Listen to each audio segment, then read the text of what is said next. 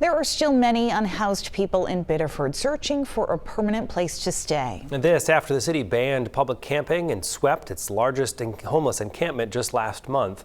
And as News Center Maine's Pearl Small shows us tonight, while the city says it is doing what it can, for many, the journey to find a place to stay continues to be an uphill climb. More than 100 people used to call this empty field home. Now they've all been forced to find a different spot to live in a city that doesn't have an official homeless shelter. At 30 weeks pregnant, Liz Levan is living a parent's nightmare, afraid that when the time comes, she won't be able to provide for her child. I wish I was in an apartment now, setting up a nursery for my baby instead of being out here on the street. Levan was living at the Mechanics Park encampment in Biddeford until the city cleared it in July, offering many of the people living there only one option. So it was kind of like you take upwards to 70 to 90 people and you just scatter them, because a lot of people will not go to Seeds. Seeds of Hope is where Levan and her boyfriend find shelter every night. But it's not really a shelter, rather a day center that has adapted to offer overnight care. Because of that, they cannot offer the same level of care as an official shelter.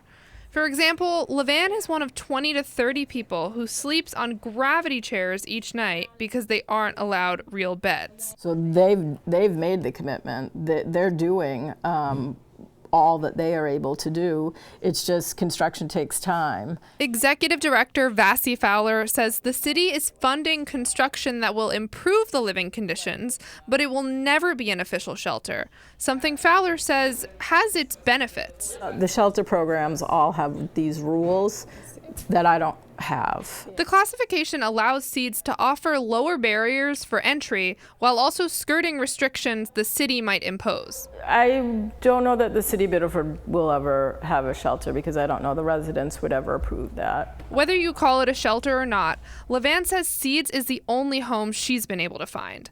But she says it will no longer be an option in a couple of months when she has her baby. Kind of like every single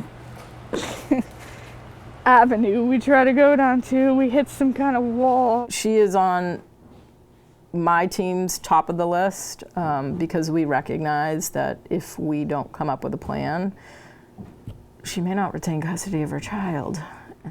Although there isn't a set end date, Seeds of Hope Director Vassie Fowler says she's hopeful that construction will be finished by November before the cold weather sets in. In Biddeford, Pearl Small, News Center, Maine.